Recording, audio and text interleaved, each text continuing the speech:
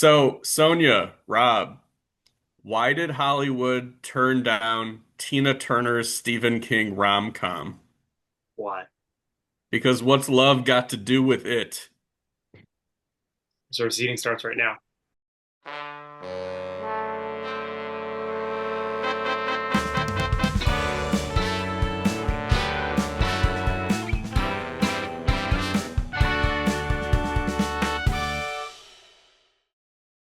So, All right. welcome everybody to week one of three. We're doing a Stephen King triple header to finish up summer.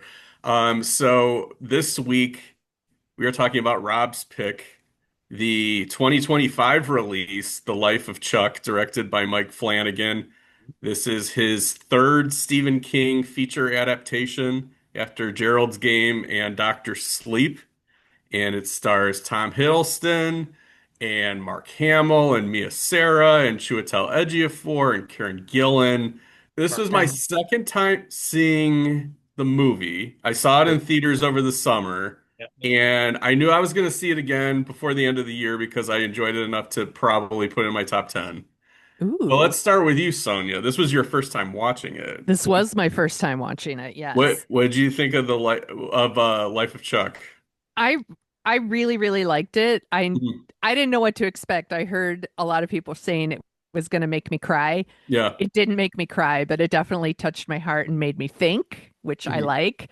Um I was chatting with my sister about it and she was like, "It's a little sentimental." And I was like, "Yeah, but that's not a bad thing." Like I think it's okay for movies to be sentimental and Yeah. Yeah. have their heart on their sleeve. Yeah. So I really liked it, but also when I heard this was Rob's pick, I was like, this is such a Rob pick. Why Really? did you Why do say you why do that? you think that? I think maybe because it does have its heart on its Oh, sleeve I love and that. Yeah. it Mhm. has like a lot to say about how we live our life and that's Rob is why always it's telling me how to live my life. yeah, that's so Rob. He's like, do this, do that. Yeah, after we stop recording every week, he's just like, accounting is magic, and I have to turn off the Zoom. I am usually about as drunk as Mark Hamill is in this movie, so So Rob, you had seen the movie before. How was this on like a repeat viewing for you?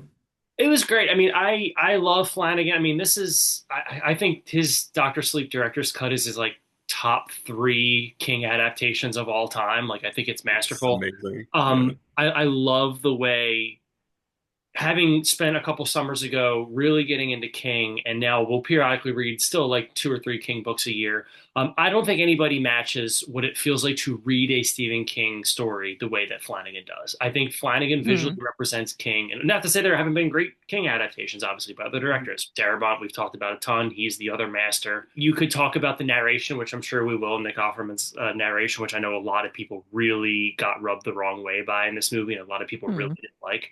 I think that Flanagan really presents King visually the way that it feels to read him on the page in a way that very few other directors do. And this movie came out. It was a I don't we don't need to talk too much about it, but it was a really rough summer.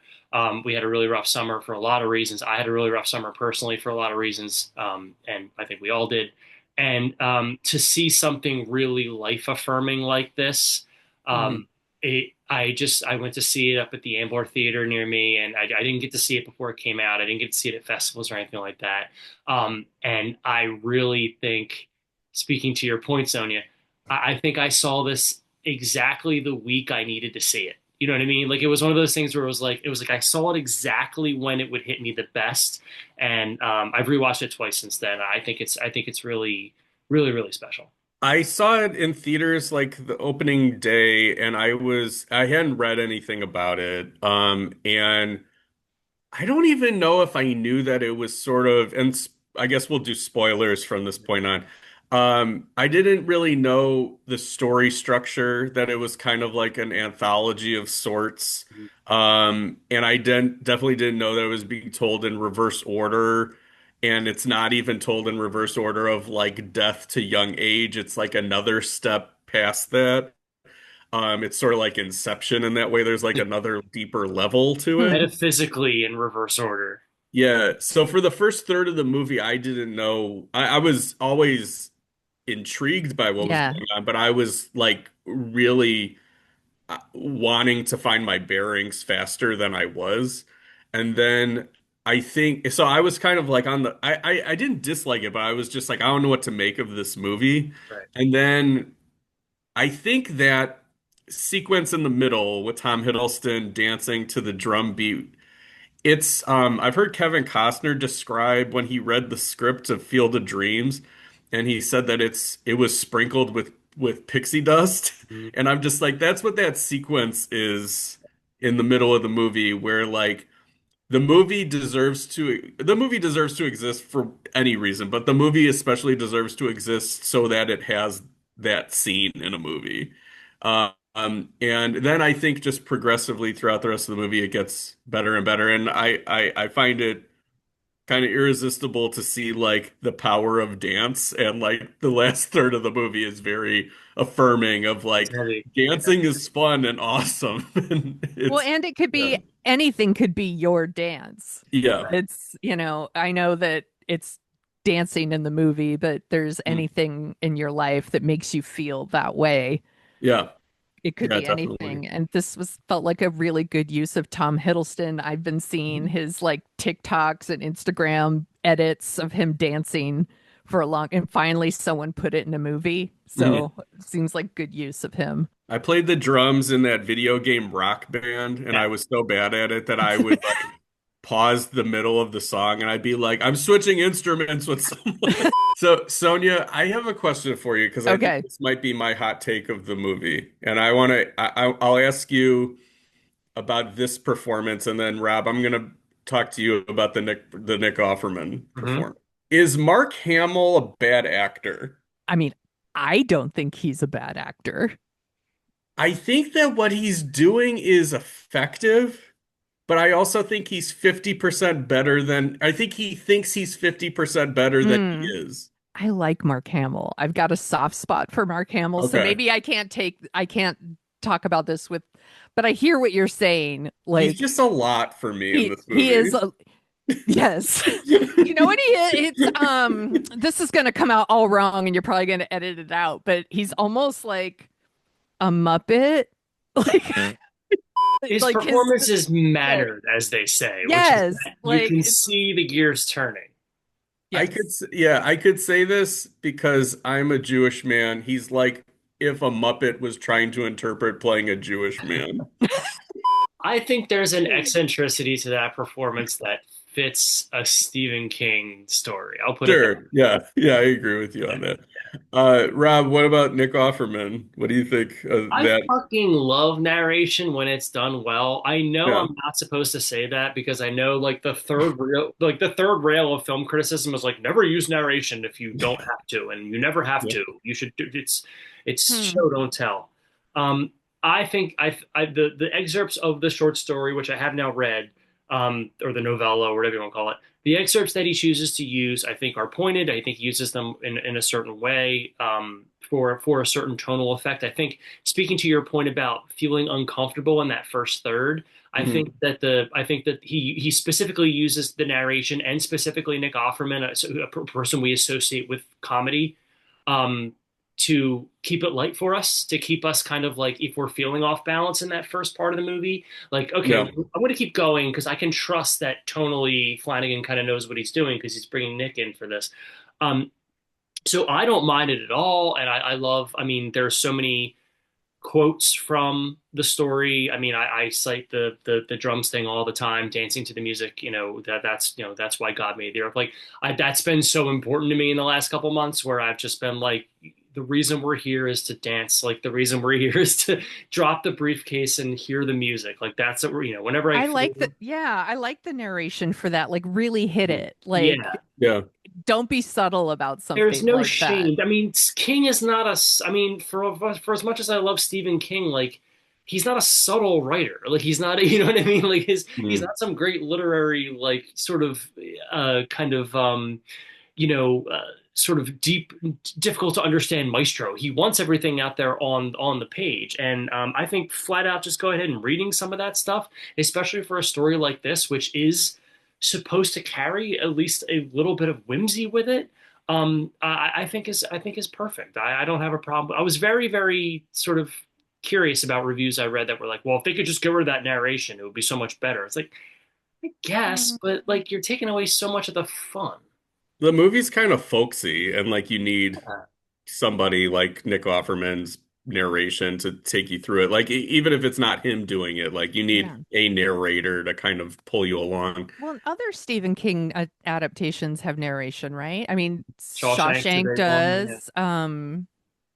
does. What's the does The Mist have No, No, this movie doesn't. No, The Mist would be funny with this would narration. be really wild with narration. Yeah, that would be crazy. Yeah, Yeah, I know. I it would mean, I be. know. Oh, well, Stand By Me. Stand By Me and is by me. Yeah, another one that has yeah. narration. Like, I But think it feels appropriate. the lighter, more life affirming stuff, you know, Stand by Me, I think is life affirming in its way. Yeah. Shawshank is life affirming in its way. I think it's entirely appropriate. And this movie's dealing with something really heavy. It's Yeah, death comes for us all, basically. And like, how do you deal with that? And the first third is kind of like, who do you seek out at the end of the world too? And like Mm. building those connections. And I think a little narration to keep it light is totally good. appreciated here. I want to call out two performances that I especially liked. I really liked Benjamin Pajic, who plays I believe he's 11 or 13-year-old version of Chuck. Hmm. I think that he's just like a really charming child performer. So like I think his section of the movie, like you have to carry a heavy load, and I think he does it really well. I love all the dancing stuff with him too. So Yeah, good. it's really cute. And then there's I kind of want to introduce, I know we don't do this anymore, but I kind of want to introduce like a phrase to the F this movie glossary Oh, okay. because I know that I movies with kind of like a certain pacing really resonate with me where it takes 5 minutes to do a scene and there's no rushing and it's like part of the enjoyment is enjoying like the cadences and like the pregnant pauses and like just the way that the dialogue is doled out. And Carl Lumley is so good at that. He Hmm. plays the actor, or he plays the character who runs the The funeral home. funeral undertaker. Yeah, Yeah, the Undertaker, and he was Dick Halloran in Doctor Sleep. sweet.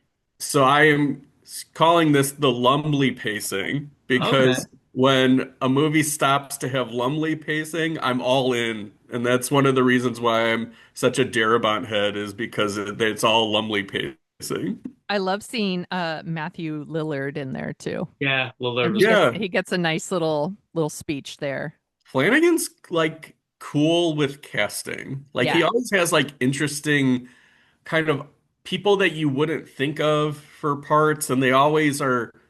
They seem like they're really eager to like have a part like this, and they like really give it a Yeah. lot of like kind of zest. So I appreciate that. I really that scene with Lillard is It's like awesome. the way he delivers it. It's so like kind of off the cuff and like left of center. I think it works really well. And it's that he's good at that. I think they call it shortcut casting on blank check, where it's like it's like Oppenheimer, where it's full of faces that you know, and you know why you know them and what feeling you associate with them.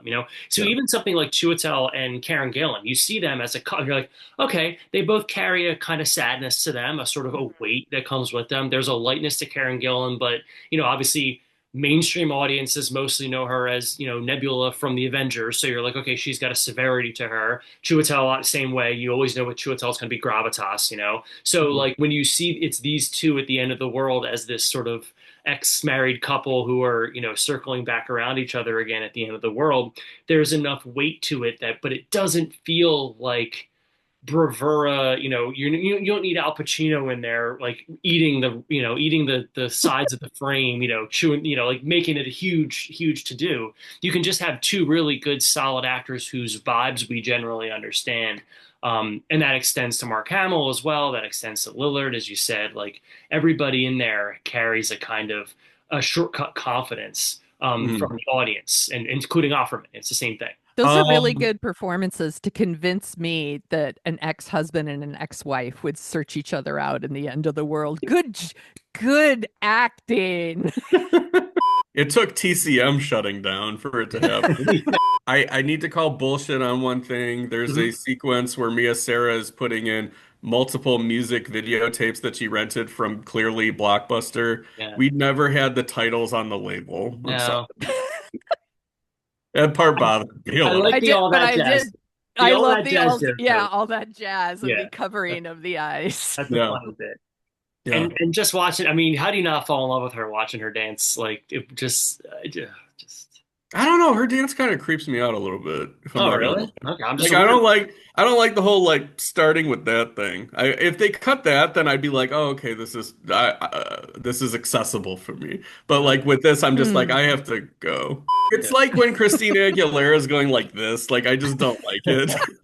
This movie to me and this story in general is such a, it's a great example. And anybody who's read enough Stephen King knows this, where like you read enough Stephen King and you realize like sometimes he just gets an idea in his head and he just lets it go. Like the idea of like I contain multitudes. Like he just Mm. heard that and he was like, I'm gonna write that. And just the idea of again not being subtle about it. Him, literally Chuck literally containing multitudes. The idea of it being sort of in kind of a David Lynchy Mulholland Drive way, where like the first act is like a bunch of people he sort of knew in his real life that he's sort of assigning other roles in his fantasies, and just reflecting on a childhood event that affected him, and the idea of at the end of the world, at the end of this man's life.